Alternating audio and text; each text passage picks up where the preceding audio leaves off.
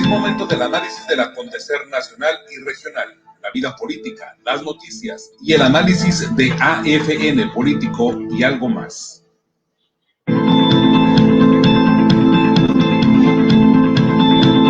Es momento del análisis del acontecer nacional y regional, la vida política, las noticias y el análisis de AFN Político y algo más.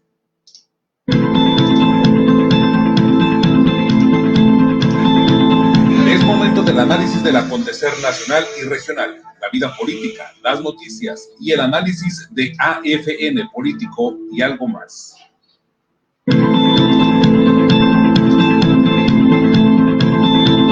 Es momento del análisis del acontecer nacional y regional, la vida política, las noticias y el análisis de AFN Político y algo más.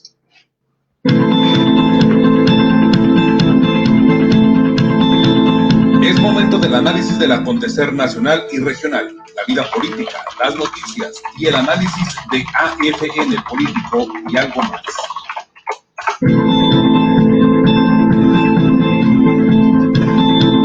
Es momento del análisis del acontecer nacional y regional, la vida política, las noticias y el análisis de AFN Político y algo más. ¿Qué tal? Muy buenos días, gusto de saludarles esta mañana de viernes ya de 25 de septiembre del año 2020. Gracias por acompañarnos a cerrar la semana. Son ustedes bienvenidos a este espacio, por supuesto. Muchísimas gracias por acompañarnos. Estamos en disposición para entregarles las informaciones más recientes de la jornada. Y saludamos con muchísimo gusto, como siempre, al señor John Espinosa, que nos acompaña hoy. De igual manera, feliz viernes, por supuesto, señor Espinosa, con todo gusto. Gracias a quienes ya están sintonizándonos desde este momento. Empecemos con la información porque hay algunas novedades. Mire usted, sucede que un juez ha otorgado suspensión definitiva a Rosario Robles contra la prisión preventiva. Sin embargo, esto no significa que la dama en cuestión vaya a quedar en libertad. Esta medida, que ha sido promovida por la defensa de la exsecretaria de Desarrollo Agrario, Territorial y Urbano, no le permitirá salir de prisión del penal femenil de Santa Marta, Acatitla, donde se encuentra desde hace un año. Un juez federal le otorgó la suspensión definitiva contra la prisión preventiva que se le impuso por el delito de ejercicio indebido del servicio público. Esto en relación con el tema de la llamada estafa maestra. No obstante, esta decisión de la juez cuarto de distrito de amparo en materia penal, María Dolores Núñez, no le beneficia hasta el punto de lograr la libertad. Permítame explicarle que la juez determinará al resolver el juicio de amparo si modifica la medida cautelar que le impuso el juez Felipe de Jesús Delgadillo Padierna con el fin de que pueda seguir en libertad su proceso, lo que podría resolverse finalmente hasta dentro de 2 meses, en octubre próximo. La jueza rechazó conceder la suspensión definitiva a Rosario Robles, quien impugnó la constitucionalidad del artículo 166 del Código Nacional de Procedimientos Penales, que establece que cuando las personas están enfermas o son de la tercera edad, la edad que deben tener para enfrentar su proceso en libertad es de 70 años. La juez señaló que dicha ley ya tuvo su proceso y se discutió, por lo que está vigente y no se puede suspender. Entonces, pues Rosario Robles tendrá que esperar todavía 2 meses más para que se determine si puede pasar el resto de sus días en casa y enfrentar el juicio desde fuera de prisión después de 1 año. Oiga, otro tema importante también, mire,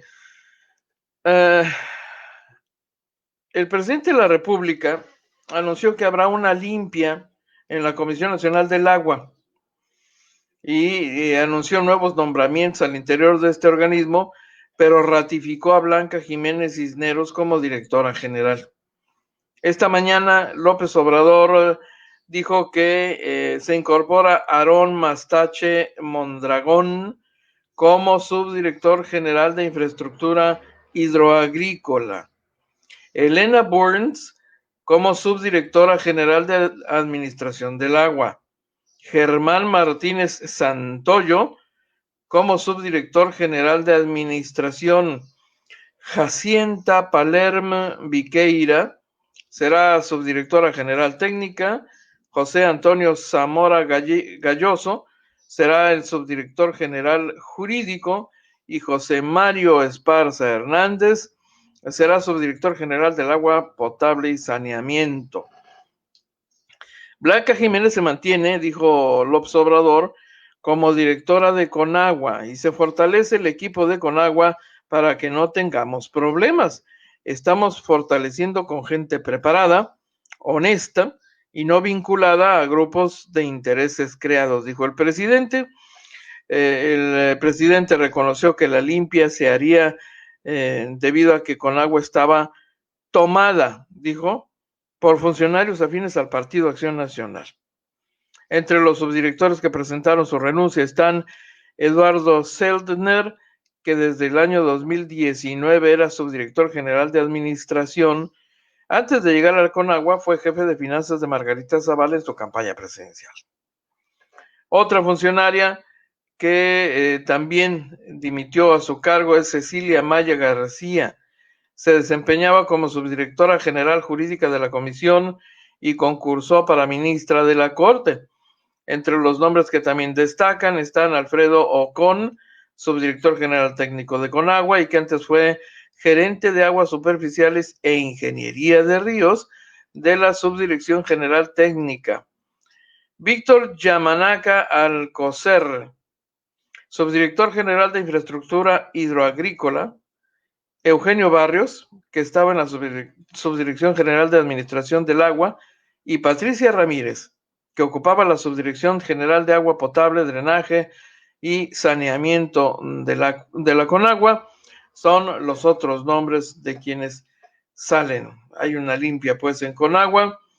Veremos si esto cambia o mejora la suerte para Baja California, porque le recuerdo que el gobernador Jaime Bonilla Valdés ha hecho notar en los últimos meses un manejo francamente inadecuado de los funcionarios de Conagua en términos generales, pero también de la zona aquí en Baja California y los ha ventaneado, para decirlo en términos llanos y simples, los ha ventaneado por incumplimiento, pero además por falta de interés y de acción concreta frente a las necesidades que el gobierno del estado le ha planteado, y uno de estos casos es el proyecto de limpieza del canal del río Tijuana, en donde Conagua se hizo pato, nunca respondió.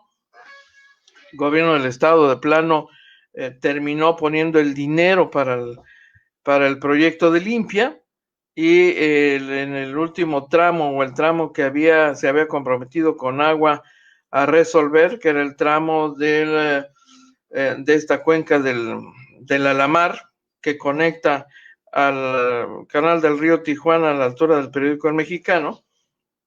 Bueno, esa fue la parte que ellos deberían haber concluido. Y no es el único caso en que el gobernador de Baja California ha señalado incumplimiento y no ha sido muy duro con Conagua, pero invariablemente ha terminado señalando inacción, incumplimiento, negligencia incluso de la Comisión Nacional del Agua para atender varios proyectos concretos y atender temas en los que urge una resolución en donde Conagua es parte involucrada. Así que veremos si estos cambios de funcionarios benefician a Baja California y por lo menos generan mejores resultados para los asuntos pendientes que Conagua tiene aquí en la entidad y sobre los que el gobierno del estado ha venido presionando constantemente, no solo a nivel local, sino a nivel nacional, para que se atiendan estas cosas que o estos temas que están en la agenda del gobierno estatal, pero que requieren inevitablemente de la participación de Conagua. Interesante esta decisión del presidente de la República. Habrá que ver también si con estos cambios de funcionarios, Conagua va a registrar alguna reorientación en los criterios con que manejaba varios temas que han sido sensibles. El tema de tratamiento de agua de mar, por ejemplo, y la eventualidad de un proyecto de desalación de alguna planta desaladora o desalinizadora en esta región, un tema que sigue todavía entre los pendientes porque hay diferencias de opinión entre el propio presidente de la República y el gobierno de Baja California, y le recuerdo el caso del proyecto fallido de la planta de desalinizadora que se instalaría en Rosarito, y en relación con la planta cervecera de Mexicali, de Constellation Brands, dos temas en los que tienen diferencias de opinión, gobierno federal, el gobierno del presidente y el gobierno de Jaime Bonilla Valdés, del mandatario estatal Jaime Bonilla Valdés. Veo aquí a Jorge Bedoya López, le doy la bienvenida. Muchísimas gracias, Jorge Bedoya, muy amable, bienvenido. Saludos. Mi estimado Roberto López, buenos días, como todos los viernes, gracias a Dios es viernes, dice, un fuerte abrazo y que tengamos un excelente fin de semana, así es, mi estimado Roberto, con todo, por supuesto. Antonio Carpio, buenos días, gusto de saludarte. Leti Flores, bienvenida, éxito este día. Héctor García también, muchísimas gracias, Héctor, felicidades por la columna. Cattle Acosta también nos acompaña hoy. ¿Quién más está por aquí? Bueno, de momento son los que veo.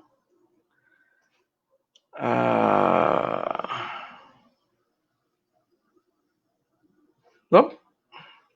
Saludos, bienvenidos. Les recuerdo que estamos transmitiendo a través del portal de Agencia Fronteriza de Noticias en www.afntijuana.info. Y le comparto esta otra información. Finalmente, mire usted, personal de la Comisión Estatal de Protección contra Riesgos Sanitarios, la COEPRIS, retiró ya los sellos de suspensión en las instalaciones de servicios médicos municipales. Es el gobierno municipal, el ayuntamiento, el que está confirmando que que esta mañana finalmente se presentó el personal hasta muy entrada la noche. De hecho, estuvimos pendientes, y usted lo sabe, estuvimos pendientes desde el programa nocturno de los reporteros del barrio, también salen de noche, y hasta anoche, mientras estábamos aquí platicando con ustedes, todavía no se producía esta decisión. Bueno, finalmente se ha resuelto ahí algún trámite, parte del trámite burocrático administrativo que tiene que recorrer un procedimiento de aprobación y expedición de este documento que autoriza la operación, que es como una especie de licencia, digamos, ¿no?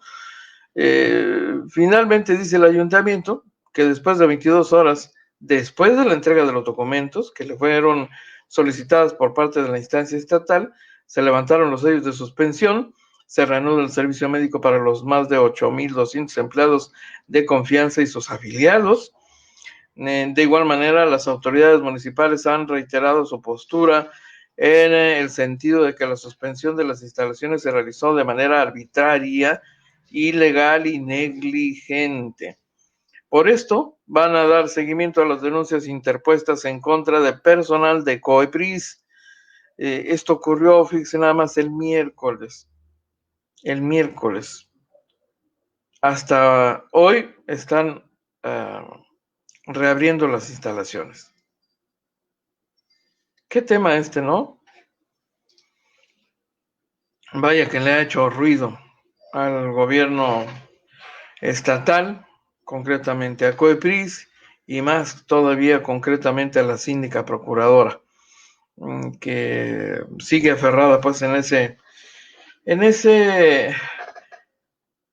perfil, en esa actitud de trabajo que pues le ha exhibido, esa es la verdad, se ha exhibido con ese manejo. Por cierto que la síndica procuradora anunció en un comunicado de prensa que va a citar a exfuncionarios panistas en relación con las diversas irregularidades señaladas en expedientes abiertos contra la administración pasada. Espinosa Ochoa dice que ha ordenado citar, no dice para qué día ni a qué horas, pero que ha ordenado citar mediante el inicio del procedimiento de responsabilidad administrativa a exfuncionarios que se encuentran involucrados con la autorización indebida de permisos del transporte público, que únicamente podían ser autorizados por los integrantes del cabildo de dicha administración. Esto según el reglamento de transporte público vigente al día de los hechos. En total son 6 funcionarios los que tendrán que ir a Sindicatura Procuradora a rendir cuentas por haber incurrido en abuso de funciones que no tenían conferidas o que se hayan valido de las que como servidores públicos tenían en el momento de haber cometido los hechos. Los exfuncionarios citados a comparecer para declarar ante Sindicatura en los próximos días son el exalcalde Juan Manuel Gastelum Buenrostro, alias El Patas, al exalcalde suplente Eduardo Terrero Martínez, que era su suplente, y se quedó temporalmente al frente de la administración cuando pidió licencia el Patas para volver a competir, a buscar la reelección, y en ese lapso en que Gastelum, usted lo recordará, aquí se lo platicamos, en que Gastelum no era alcalde realmente en funciones, no tenía facultades para acción alguna a nombre del gobierno de la ciudad, firmó autorizaciones en esos días, mientras Eduardo Terreros era su suplente y estaba en funciones. También le resultará cita a un exsecretario de gobierno, el comunicado no especifica cuál de los que ocuparon el cargo, y de igual manera el exsecretario de Movilidad Urbana y Sustentable y el exdirector municipal de Transporte. En el comunicado se comenta que mientras tanto se están ultimando detalles para citar a otros 30 exservidores públicos de la pasada y anteriores administraciones municipales. La síndico procuradora señaló que esto es resultado del compromiso ante la ciudadanía para no dejar impune ningún acto de abuso de autoridad por exfuncionarios de la pasada administración, incluso de la actual, dice el comunicado emitido por la sindicatura. Bueno, pues un año después, finalmente, un año después, esperemos que sea tan contundente y determinada como lo ha sido en los asuntos locales de los últimos días que le hemos visto, ¿no? Así que no hay fecha, pero pronto comenzarían a desfilar, supuestamente, los señalados para rendir declaración ante sindicatura, comparecer ante sindicatura. Oiga, le comento que en Tecate ha habido un incidente delicado de las últimas horas. Ocurre que un grupo de hombres armados asesinaron al líder Kumiai Oscar Eiraud Adams. Los primeros reportes indican que este homicidio ocurrió en el Callejón Libertad entre calles Aldrete y Carranza. Una llamada al 911 alertó sobre disparos en esta dirección y fueron desplegados elementos de la Secretaría de Seguridad Pública Municipal. Cuando llegaron los elementos, Oscar Eiraud Adams yacía en un charco de sangre y con múltiples impactos de bala. Durante la inspección inicial se confirmó que se trataba de líder Cumiay, quien también era encargado de la Junta de Nejí en este municipio de Tecate. Esta mañana, el secretario de Seguridad, el secretario técnico de la Mesa de Seguridad Pública en el Estado, Isaías Bertín, confirmó el hecho y confirmó también que aparentemente el hombre asesinado era familiar, todavía no se sabía en qué grado, era familiar de la alcaldesa Zulema Adams. Este asunto todavía está en proceso de investigación, no parece ser un homicidio simple, ya sabe usted, un tema menor, ¿no? Un asalto, un robo, cualquier cosa, ¿no? Un pleito, por ejemplo, no. Se trata de un ataque donde se usaron incluso armas largas y un grupo armado fue el que intervino. Y entonces esto abre otra línea de investigación en automático, dijo Isaías Bertín. Así que las indagatorias todavía están en proceso, no tenemos información más concluyente sobre este asunto, no se ha producido. Esta información que le comparto se ha generado esta mañana y esto es lo que se tiene hasta el momento. ¿A quién más tenemos por aquí? Rosa Watts, feliz fin de semana. Saludos, Rosita.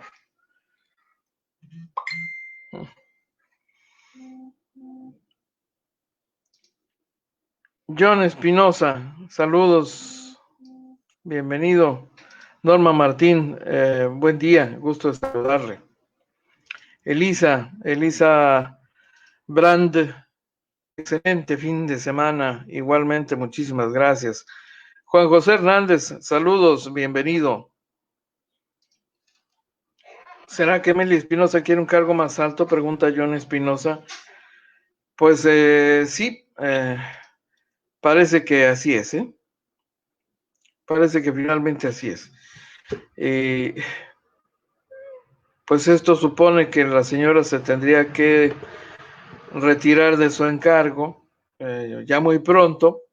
Imagínense usted nada más que se va a buscar otra chamba cuando no hizo esta, ¿no? Porque pues está prácticamente cumpliéndose en la mitad de esta administración y hasta hoy nos hace saber que va a citar a comparecer a exfuncionarios de la pasada administración. Bueno, pues hay gente que tiene un sentido muy loco, muy raro de la noción del tiempo, ¿no? Hoy que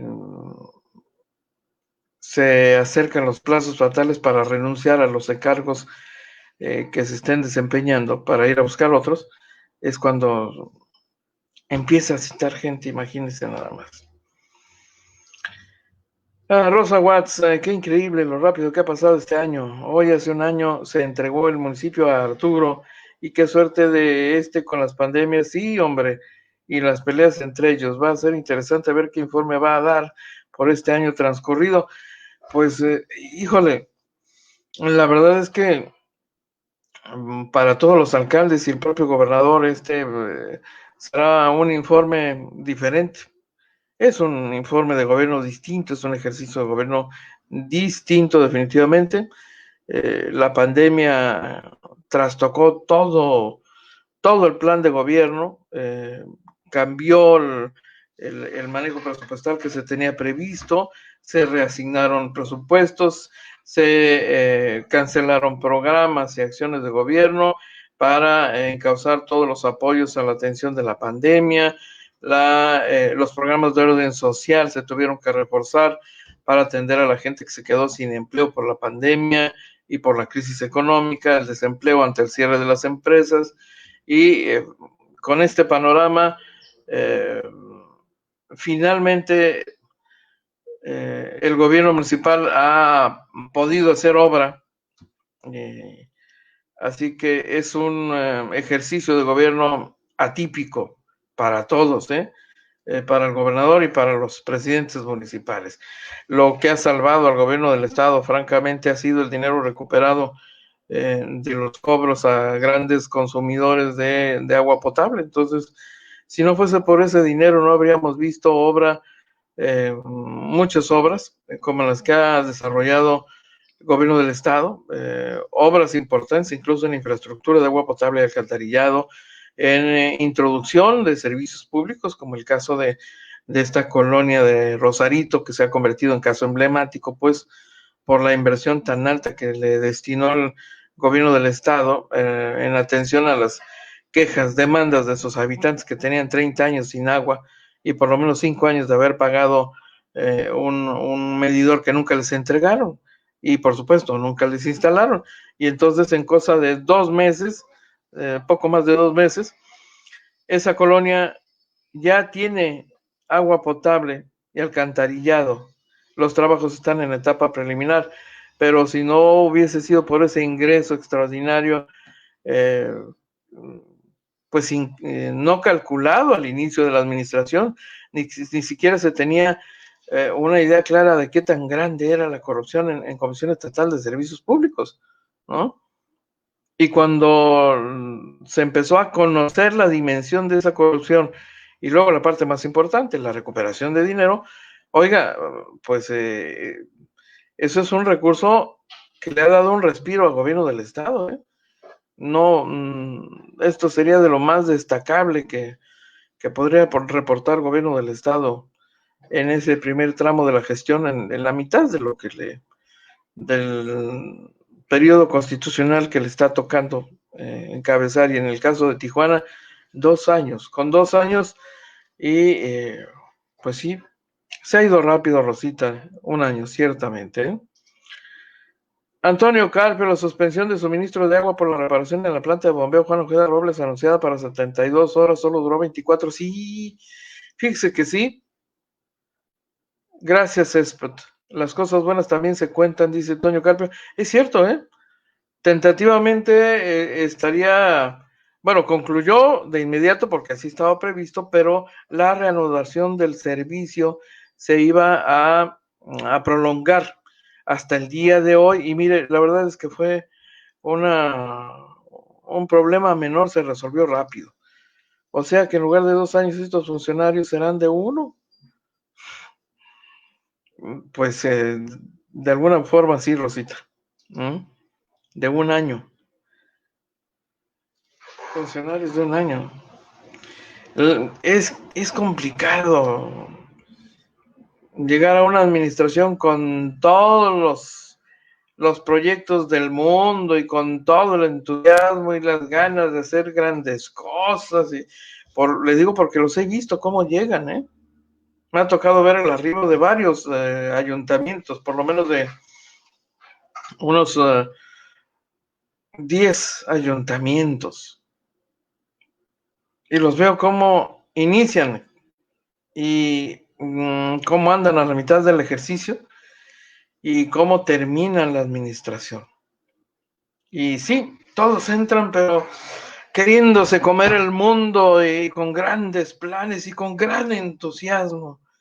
Y sin embargo, ninguno de estos enfrentó la experiencia de una pandemia que paralizó pues prácticamente todo en la ciudad, la actividad empresarial, la actividad educativa, todo llevó a la quiebra a muchísimos negocios, generó desempleo, tuvo en ascuas con Jesús en la boca a miles y miles de tijuanenses que les cambió la vida y tuvieron que replantearse cómo resolver cosas tan elementales como la comida que van a poner en la mesa de su familia. Para todos ha sido una prueba durísima, durísima. Pero en el ejercicio de un gobierno, la parálisis o semiparálisis de un año prácticamente no es poca cosa, ¿eh? Empezamos en marzo, un mes después del arribo de la pandemia en nuestro país. En nuestro país, oficialmente, el primer caso de coronavirus se registró el 28 de febrero. Y aquí, en marzo, los primeros días de marzo, bueno, la mitad de marzo, pues un mes después prácticamente llega el primer caso, y a partir de eso, bueno, todo lo que habíamos visto que ocurría en el resto del mundo, lo empezamos a ver nosotros. Fuimos prácticamente en el mundo entero de los últimos en enfrentar esta crisis sanitaria. Y nos agarraron con un poco de preparativos, yo debo decirle. En el resto del país, en la Ciudad de México particularmente, y en aquella zona que es la de mayor densidad poblacional, el golpe fue severo. Nosotros no llegamos al punto crítico de otras entidades, a la saturación de hospitales, por ejemplo. Esos cuadros nosotros no los tuvimos. Lo que les tocó en Europa no lo vivimos nosotros, no con esa intensidad. Aquello fue la locura. Seguimos todavía leyendo trabajos periodísticos y informes académicos minuciosos, como es el trabajo académico, que debe ser muy riguroso. No es subjetivo, todo se mide, todo se registra. Y hemos visto trabajos de esos dos tipos, desde periodísticos hasta académicos, que recuperan, que documentaron la crisis en Europa. Y en serio, yo no habría querido estar ahí. Fue de verdad apocalíptico. Aquí todavía no terminamos, pero según los números presentados esta mañana por el doctor Alonso Pérez Rico, la verdad es que no vamos tan mal. Ya pasamos la peor etapa.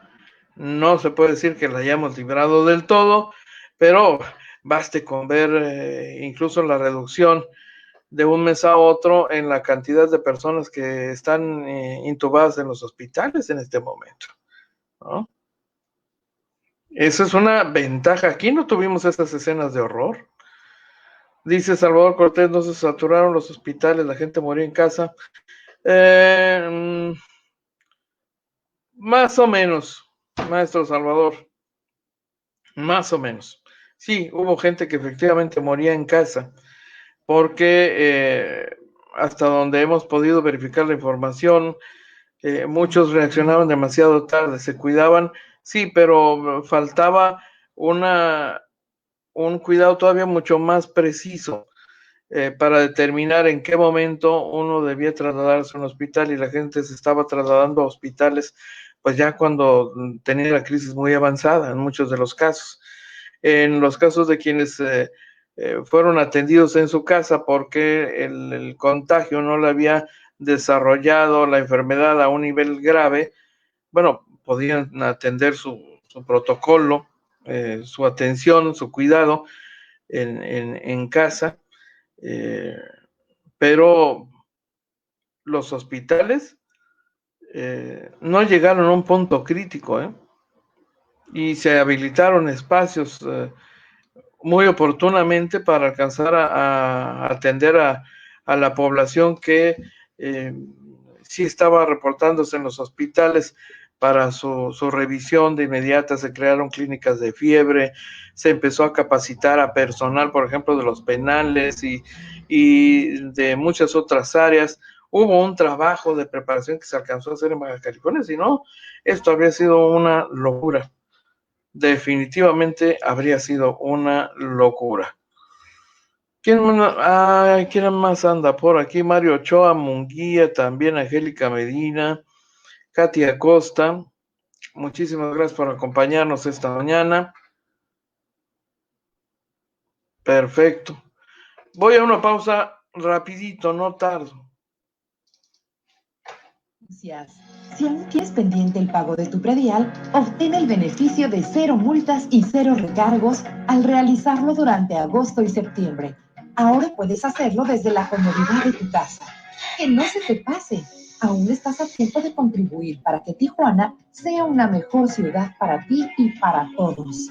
Realiza tu pago en línea ingresando a www.tijuana.gov.mx. Así de sencillo es cumplir.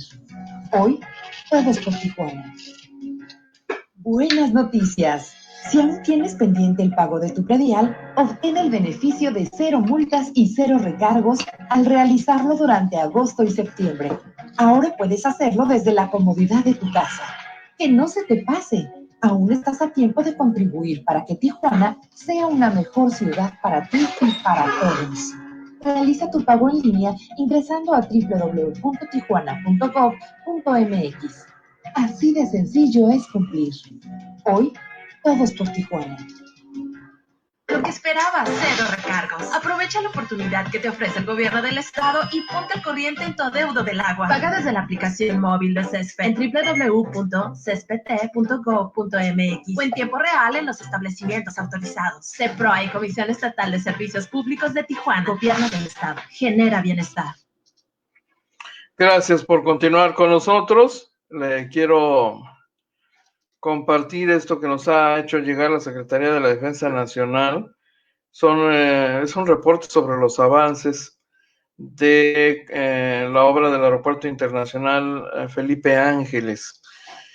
La Secretaría de la Defensa Nacional informa...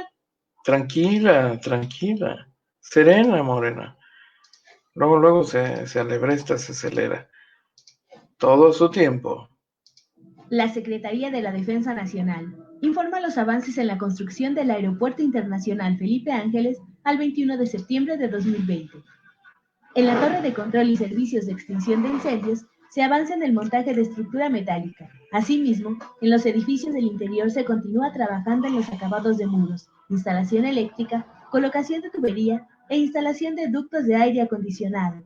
En el estacionamiento y terminal intermodal de transporte terrestre se efectúa el izaje y montaje de columnas, traves y losas prefabricadas en el cuerpo 1 bis del tren suburbano. En el cuerpo 3 del sótano se trabaja en el armado de plantillas, coronas y zampeado de muros en cepas de cimentación.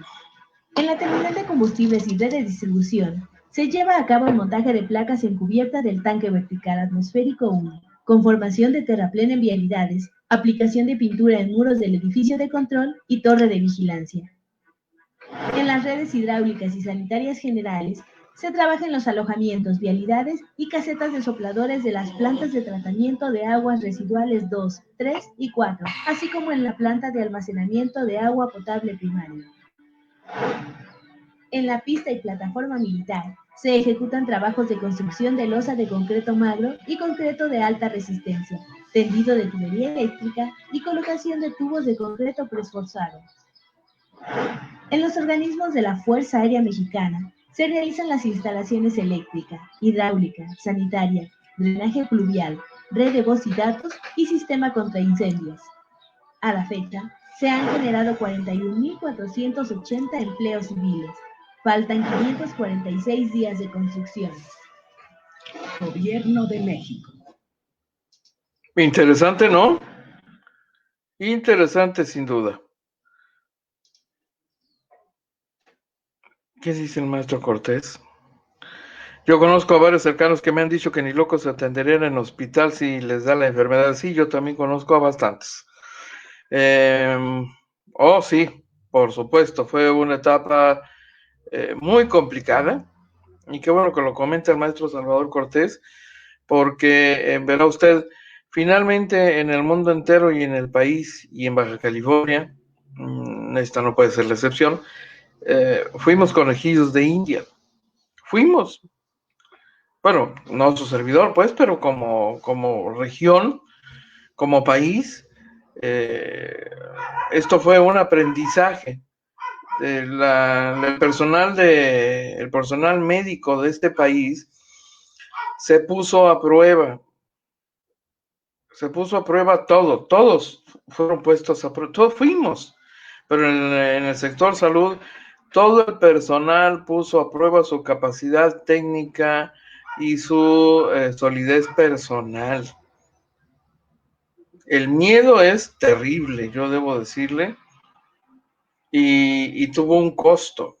yo no descarto que efectivamente mucha gente haya muerto y haya pagado el precio del aprendizaje del personal de salud, que por primera vez se enfrentó el miedo como una oleada que invadía y anulaba toda su posibilidad, su capacidad, su resiedumbre personal, bueno, todo lo que conocieron y habían conocido hasta antes de marzo se puso a prueba. Y en el proceso, las primeras víctimas de coronavirus vivieron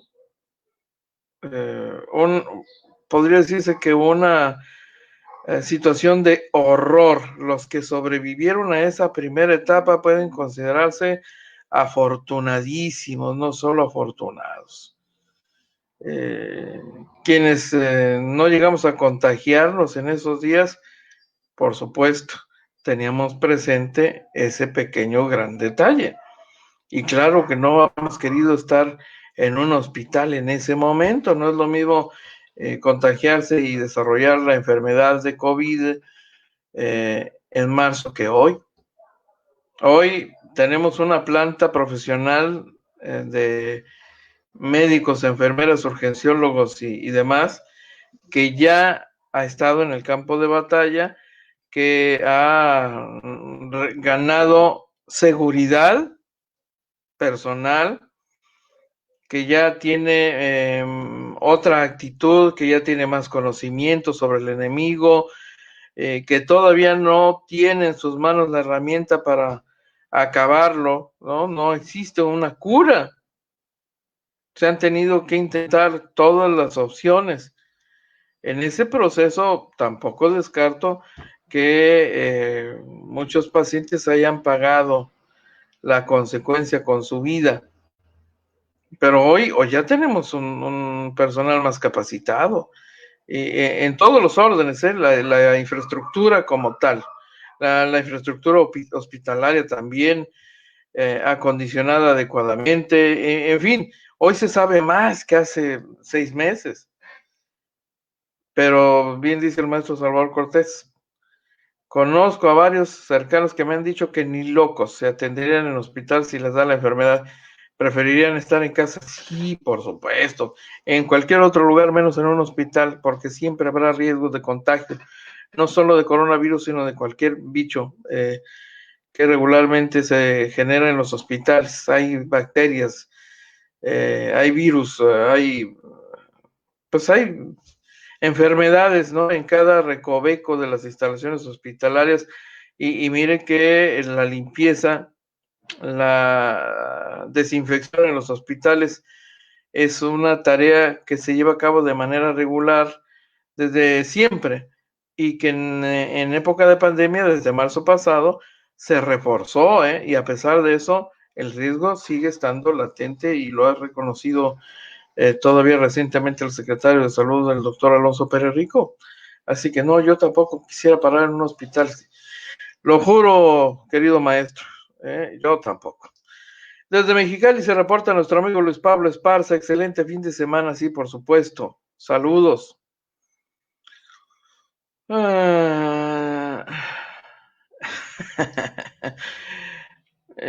Pues yo, aunque estén capacitados, yo no voy, dice el señor Espinosa.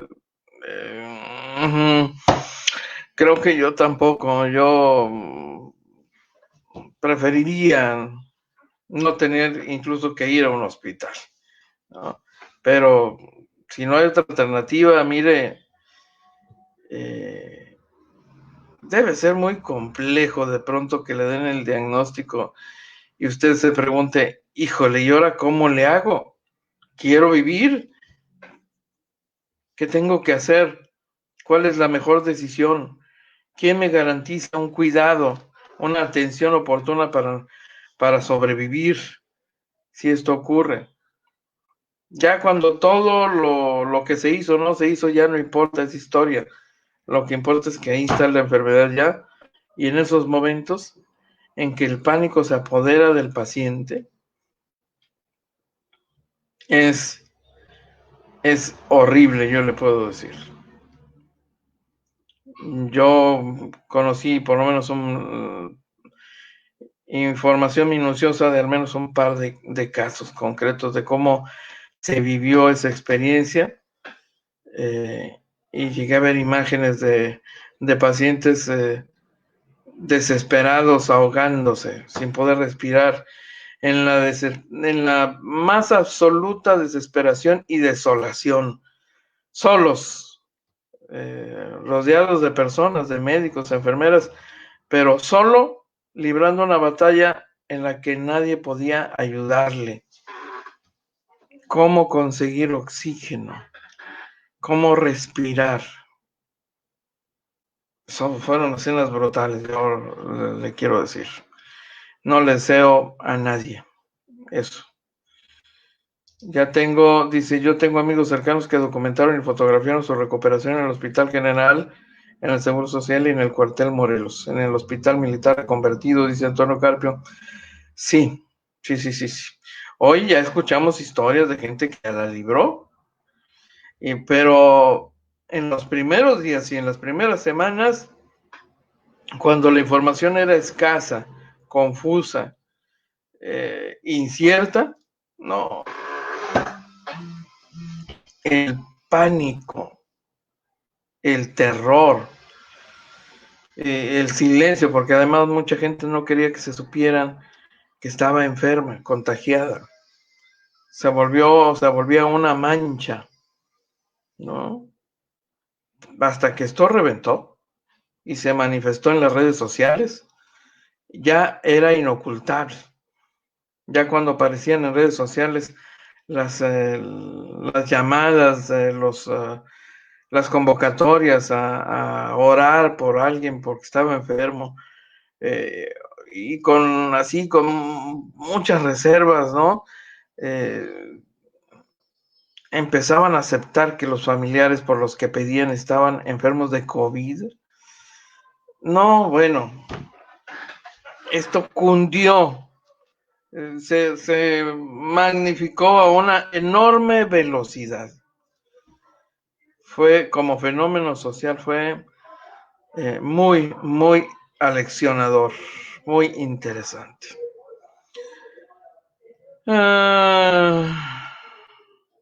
Rosita Watts, gran experiencia para el gobierno, que el sistema de salud debe estar al día, y en esta ocasión todos nos dimos cuenta de lo mal que está este renglón. Oh, sí, Rosita.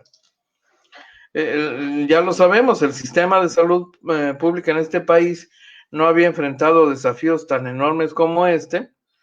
Creo que antes de esto lo más fuerte y significativo habría sido la crisis de gripe aviar o el H1N1, cosas así, pero nada como esta pandemia, ¿eh? Entonces, imagine usted lo que ha tenido que ocurrir en el sector salud, y quizá hay gente que no ha dimensionado lo ocurrido en este segmento, en esta área de gobierno. Como país veníamos con un rezago increíble.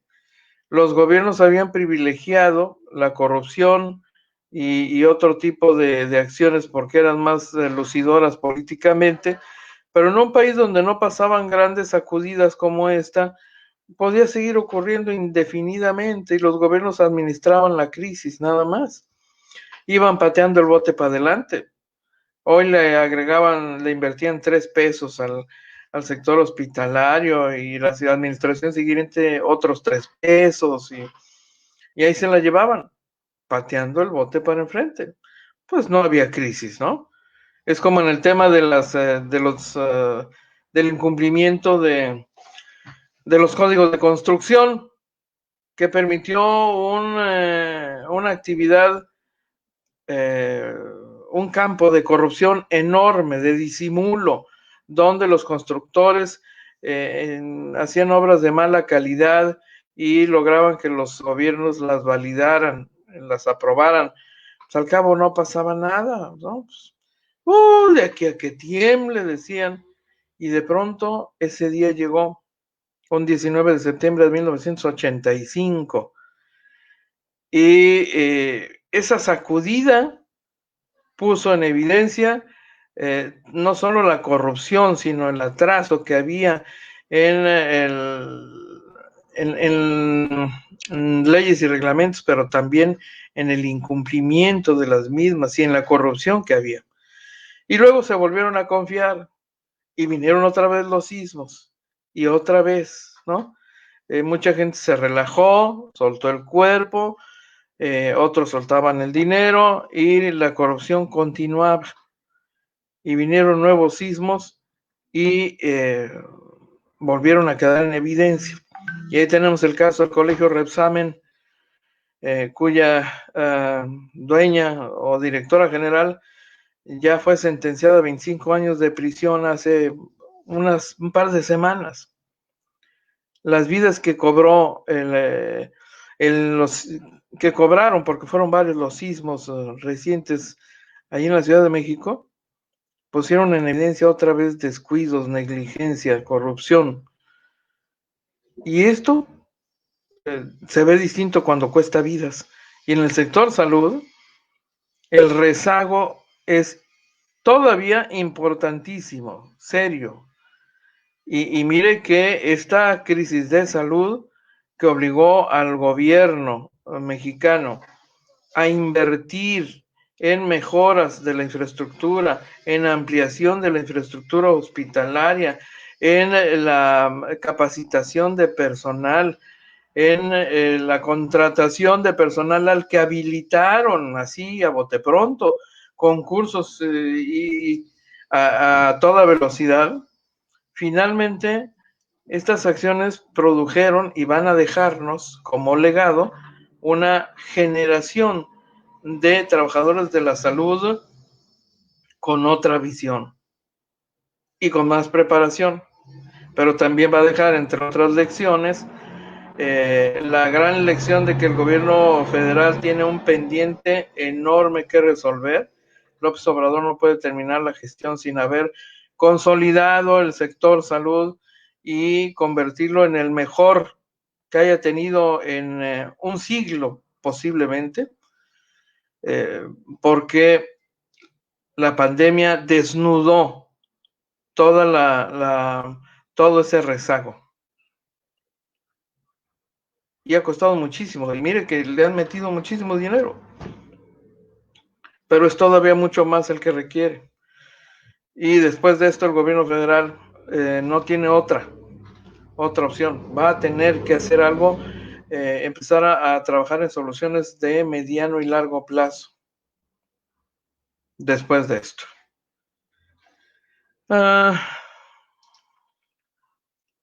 Sí, claro. Rosita Watts, como siempre, bienvenida, gracias. Pues sí, estoy convencido de eso, ¿eh? Fíjense que vamos a ver en las universidades un nuevo enfoque. En las escuelas de medicina, este país va a tener que meter a fondo el acelerador en desarrollo científico, en la creación de una industria farmacéutica nacional. En el Estado mexicano va a tener que tomarse muy en serio el papel rector que debe tener en temas que son fundamentales para una nación, como son la educación, la salud, la vida, lo que tiene que ver con los aspectos más importantes para los habitantes de este país, que son educación, alimentación y salud. Si quiere garantizar soberanía, la soberanía nacional empieza por la soberanía económica, por la soberanía alimentaria, por la soberanía en salud. Y ya lo vimos. La capacidad para producir insumos médicos indispensables para crisis de salud como el de esta pandemia y cualquier otra, tendrá que ser reforzada, pero con programas de formación de profesionales de la salud que incluyan hoy especialidades que antes no se tenían o a las que no se daba tanta importancia, la formación de urgenciólogos, de especialistas pues prácticamente en medicina de guerra, ¿no?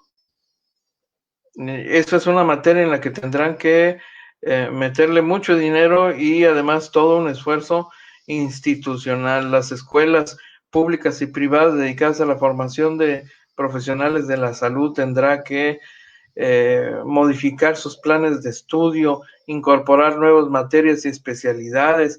La infraestructura hospitalaria del país deberá crecer para cubrir, para garantizar cobertura geográfica. Son muchos los pendientes que ha desnudado esta pandemia. El fortalecimiento de materia de telecomunicaciones es otro, por ejemplo. Muchas cosas van a cambiar, ya empezaron a cambiar, pero llegaron, estos cambios llegaron para quedarse y para seguir avanzando. Entonces, la tarea es enorme, y también hay tarea para nosotros los ciudadanos. El país tendrá que empezar a tomar muy en serio el tema de la salud pública. El gobierno, por supuesto, la vigilancia para cuidar la alimentación de los mexicanos. El gobierno no se puede desentender como lo ha venido haciendo por décadas a cambio de dinero, a cambio de corrupción. No puede permitir que las grandes empresas dedicadas a la producción de básicos, de alimentos, se dediquen a hacer negocio a costa de la salud de los mexicanos, produciendo chatarra o alimentos procesados que envenenan a los mexicanos, que producen cáncer, que nos han convertido en enfermos graves, ¿no? Porque las llamadas comorbilidades o enfermedades crónico-degenerativas son producto de un estilo de vida y de un hábito que se ha fomentado, que se ha permitido por omisión o por acción desde los gobiernos, cuando no se cuida, no se vigila eso y cuando no se tienen ni promueven políticas públicas de salud que salen más baratas que las reactivas. La prevención siempre será más económica y más barata que la curación, ¿no? Y hoy no tendríamos, por ejemplo, esta crisis de salud con tantos muertos si los mexicanos no estuviésemos tan enfermos, y entonces amerita un cambio cultural que tiene que impulsar el gobierno, pero que toda la sociedad en conjunto deberemos asumir con responsabilidad y tomarlo muy en serio, y tomar en serio el hecho de que finalmente también es responsabilidad de todos nosotros, los mexicanos, los habitantes. Si nosotros mismos no empezamos por cambiar, el gobierno no cambia, no lo suficiente, no al ritmo que se requiere, no acorde a la necesidad que este país claramente lo demanda. Y en el tema de salud, si no cambiamos cosas de manera profunda, la generación que viene después de nosotros va a seguir pagando las consecuencias. Ya lo está pagando, de hecho, la generación posterior a nosotros. Ellos todavía van a tener una posibilidad que va a repercutir en su propio beneficio y en el de sus hijos y sus nietos. Pero se tiene que empezar ya, ¿no? Con una política de Estado en materia de salud pública. Oiga, son las 11 de la mañana, el tiempo se nos ha ido, pero rapidísimo. Yo no puedo más que declararme agradecido por el hecho de que nos haya acompañado esta mañana. A todos ustedes, muchísimas gracias. Yo regreso en punto de la 1 de la tarde con la segunda edición de AFN Político y algo más. Pásenla bien, nos vemos entonces. Cuídese, por favor. Y es todo por hoy. Lo invitamos para que nos siga de lunes a viernes, de 12 a 1 de la tarde por este canal. Agencia Fronteriza de Noticias es el portal de noticias más influyente y que